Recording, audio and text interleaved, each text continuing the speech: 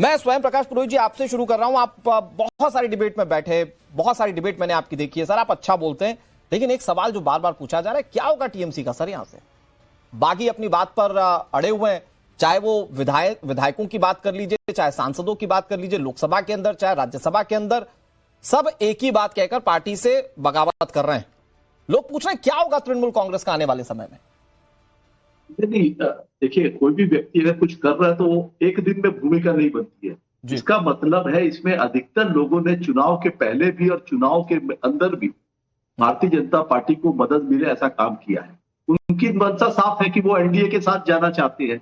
NDA कौन है? Bharatiya Janata party का एक अलायंस है। भारतीय जनता पार्टी के अलायंस में अगर आप जाना चाहते हैं तो आप चुनाव के पहले भी जा सकते थे। तब आप ये बात नहीं कहा आपने, तब ऐसी कोई बात आपने नहीं कही। अगर सिर्फ भारतीय जनता पार्टी में जाना होता, मैं एक छोटा सवाल पूछ रहा हूं, आप ही बताइएगा, अगर भारतीय जनता पार्टी में जाना होता तो लोग चले जाते। कल्याण बनर्जी कह रहे हैं आप अभिषेक बनर्जी को हटा दीजिए, उनके साथ नहीं रहेंगे हम पार्टी में, हम वैसे पार्टी में रह लेंगे। कल्याण बंदोपाध्याय जी सीनियर लीडर है और उनकी जो व्यक्तिगत कोई ईगो क्लैश हुआ है अभिषेक बनर्जी, वो उनके, मेरे ख्याल से उनके लड़के की उम्र या उनसे भी छोटी उम्र का होगा, उसकी बात नहीं है। उनकी बात अगर वो उनका ईगो सेटिस्फाई करने के लिए वो दीदी को चैलेंज कर रहे हैं कि अभिषेक को रखो या मुझे रखो, तो ये तो एक धमकी देना हो गया ना। अगर आपके चैनल में स्वयं प्रकाश जी चैनल के मालिक को यही सेम बात 55 से ज्यादा बागी विधायक कह रहे हैं, यही बात अभिषेक बनर्जी को लेकर 19 सांसद कह रहे हैं, यही बात 4 राज्यसभा के सांसद कह रहे हैं कि भैया दिक्कत ममता दीदी से नहीं है। अभिषेक बनर्जी किसी नेता को नेता ट्रीट ही नहीं करते हैं।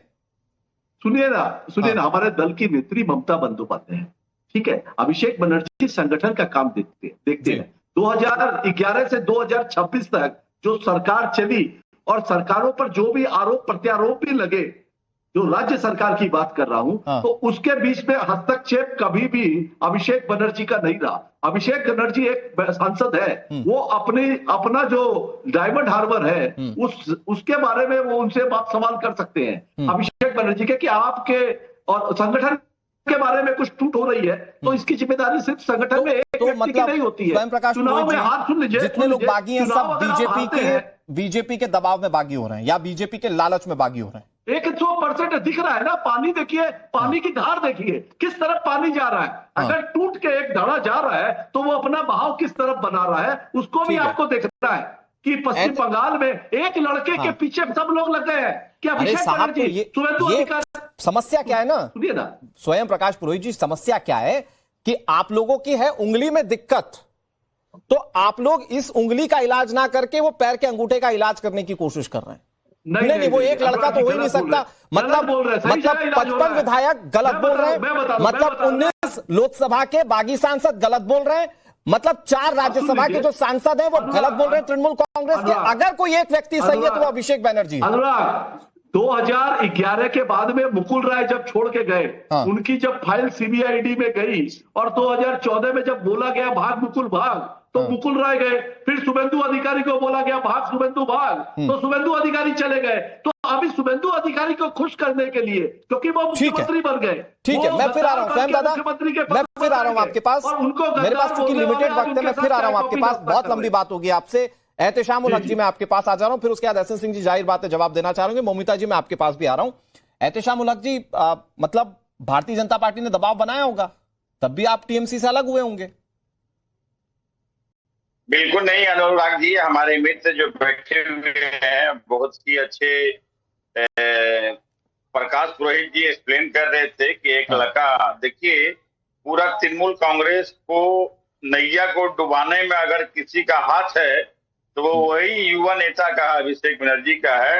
आज जो विधायक के साथ साथ मेंबर ऑफ पार्लियामेंट भी छोड़ के जा रहे हैं, उसकी वजह ये है कि वो प्राइवेट लिमिटेड कंपनी के जैसे मतलब पार्टी चलाते थे। उनसे मिलने के लिए स्वयं हमारे पुरोहित जी है, पूछिए वो कभी भी क्या मुलाकात हुई थी उनसे या मुलाकात होती है?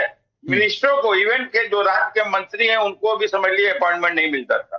आज हमारी नेत्री ममता बनर्जी वाकई में नेत्री ममता बनर्जी है, लेकिन उनको जो अभी अभिषेक बनर्जी है एक ऐसा जो आई पैक लेकर करके अभी जो एहतेशाम उल हक जी, मैं अपने दर्शकों एक मिनट स्वयं दादा आ रहा हूं। एहतेशाम उल हक जी, मैं ये कह रहा हूं चूंकि आप खुद टीएमसी में एक अच्छे पद पर रहे हैं, मेरी जानकारी के मुताबिक आपने क्या अनुभव किया अभिषेक बनर्जी को लेकर? वो कह रहे हैं एक लड़का, एक युवा नेता जो संगठन की जिम्मेदारी देखता है, लोग उससे ईगो क्लैश कर रहे हैं इसलिए चले जा रहे हैं। वो कह रहे हैं अभिषेक बनर्जी की कोई गलती है ही नहीं। जरा आप अपने अनुभव बताइए कि आपके लिए एक्सेसिबल थे अभिषेक बनर्जी या नहीं थे? आपके साथ कैसा व्यवहार था? देखिए, हम लोगों को तो मिलने के लिए अपॉइंटमेंट भी मांगते थे, नहीं मिला करता था। ये बात स्पष्ट रूप से हमें बोलने में कोई भी ये नहीं है, जरा भी हिचकिचाहट नहीं है। आज देखिए, एक तो बात बोल रहे हैं आपको अनुराग जी, मैं अल्पसंख्यक से आता हूं, मैं अल्पसंख्यक का जनरल सेक्रेटरी हुआ करता था, लेकिन अभी कुछ दिन पहले हमारी कमेटी भंग कर दी गई है। लेकिन हमारी नेत्री आज जो 80 सीट जीत के आए हैं वो अल्पसंख्यक के वोटों से जीत के आए हैं। ये भी आप सुन लीजिए, अल्पसंख्यक 9 जिलों में एक भी हमारा तृणमूल कांग्रेस का खाता नहीं खुला है, और हमारा जो 80 जो सीट है वो हमारे जो माइनॉरिटी जहां डोमिनेटेड इलाका है उस इलाके से जीते हैं। और आज एक बहुत अफसोस होती है कि कमेटी हमारी नेत्री चेयरपर्सन बनाई है, लेकिन उसमें अल्पसंख्यक को जगह नहीं दी है। देखिए कितनी बड़ी समझ लीजिए कि मतलब माइनॉरिटी का वोट लेकर करके माइनॉरिटी कमेटी को अभी तक अप टू डेट नहीं किए। फिर दूसरे मेहमानों के पास जाना। स्वयं दादा, और आप बोल रहे हैं अल्पसंख्यक को कुछ नहीं मिला, कैसी बात करते हैं? ममता बनर्जी के बाद सेकंड नंबर पर तो वही रहे, फिराद हकीम रहे सरकार के अंदर में। अरे सर, फिराद हकीम खुद बागी हो रहे हैं आज। अरे वो तो हो गए ना, क्योंकि मेरी बात सुनिए, अब अपने आप को भी तो सबको बचाना है। सर टीवी चैनल में मैं जो लोग प्यार से बात कर रहा हूं दादा, सुनिए ना, सबके केस आज भी लोकसभा स्पीकर के। एहतेशाम जी एक सेकंड, मैं आपकी इजाजत से एक बात सिर्फ कह रहा हूं। स्वयं दादा सिर्फ एक बात कह रहा हूं, एसएन सिंह के पास चला जाऊंगा, उसके बाद स्वयं दादा सुनिए ना, सबकी अगर नकेल बीजेपी के पास है और इतनी बड़ी तादाद में अगर लोग, जिन लोगों पर बीजेपी नकेल कस सकती है ईडी सीबीआई का डर दिखाकर, तो ऐसे नेता साथ लेकर ही क्यों चल रहे थे जो फंसे हुए हैं कहीं ना कहीं?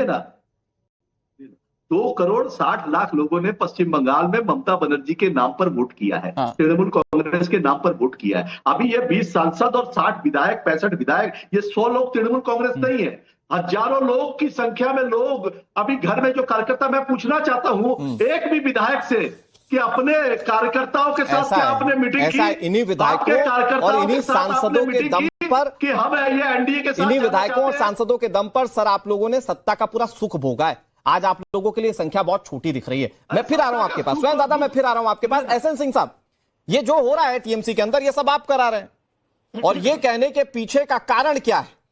ये कहने के पीछे का कारण ये है कि जब कीर्ति आजाद से पूछा जाता है तो वो कहते हैं मेरे पास भी तो फोन आया था साहब कि आप आ जाइए बीजेपी में। नहीं अनुराग जी, देखिए कोई भी कहावत एक लोगों के लिए नहीं होती, तो सभी के लिए होती है, मेरे लिए भी, आपके लिए भी, और यहाँ जितने लोगों ने संसार में। कहा गया है कि भो या पेड़ बबूल के तो आम कहाँ से आए, जैसा आप करेंगे वैसा ही तो भरेंगे।